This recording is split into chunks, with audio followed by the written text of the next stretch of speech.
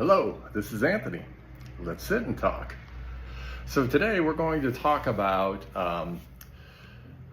logic and the power of AI and how it can help humanity to better understand itself and its past, also based on certain speculations and narratives that we've been told that for a long time have been debated about. So on my first walkabout, as many of you may know, I was able to visit the pyramids of Giza. And, you know, I've always had my own thoughts about, that location.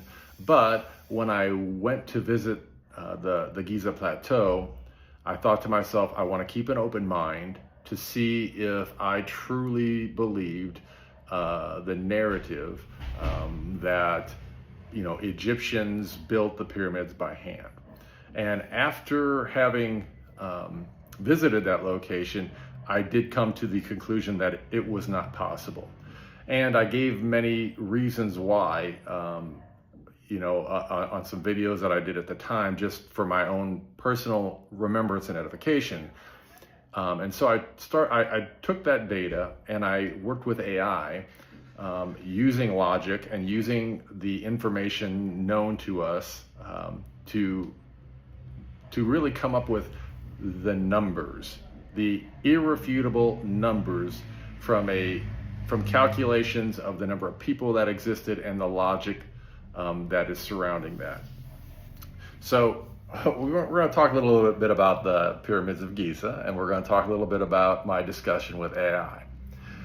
So just to be clear, when I visited the Giza Plateau, my first thought was, based on the sheer size and number of work, it didn't seem plausible that there would be enough people to actually construct the pyramids, especially in what we're told is roughly about 29 years.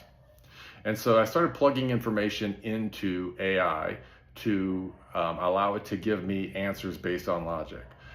So here's that discussion. The first question was, what is it that we understand or believe to be the population of Egypt during the time that the pyramids were constructed? And without going into all the numbers and details, it essentially gave me the population, and the population was believed to have roughly been 2 million to 2.5 million people.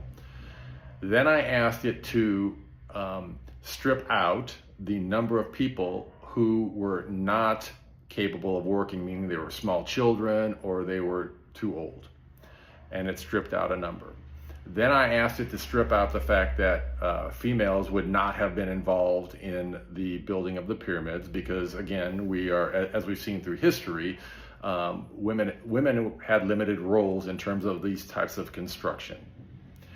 So it stripped out that number. Then I asked it to strip out the number of people that would have been injured or died during the process.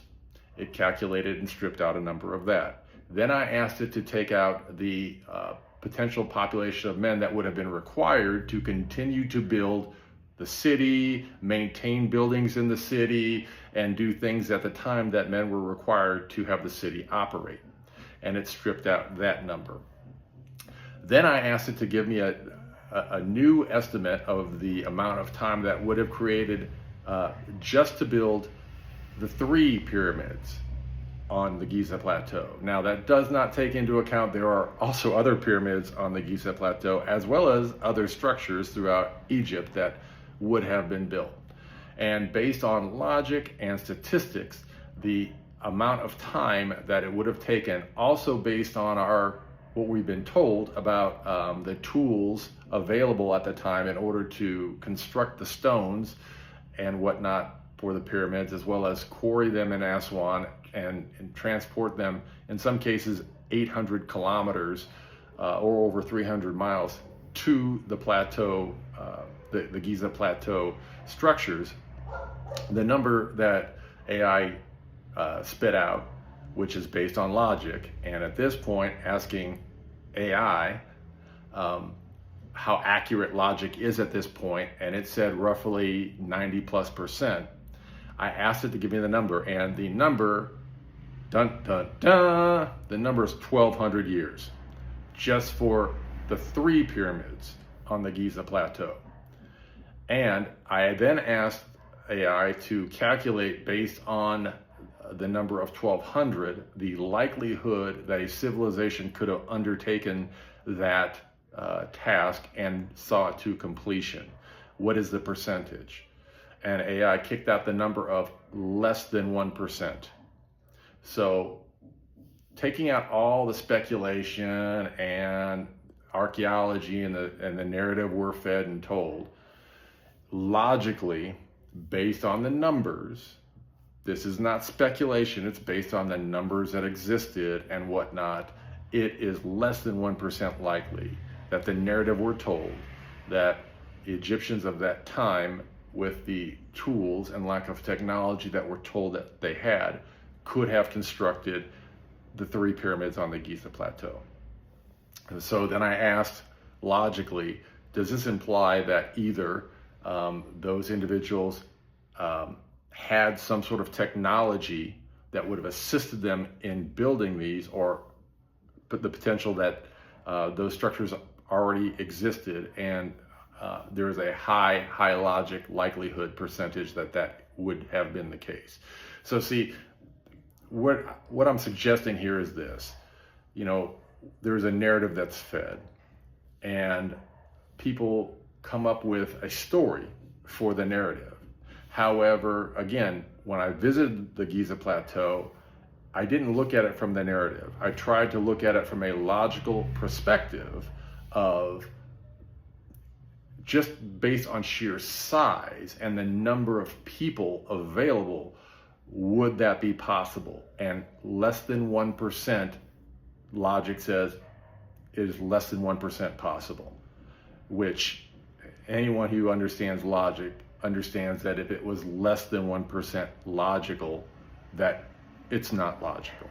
So I say this, and the reason why I believe this is important is to understand that there is a history that either we do not understand or we're being shielded from.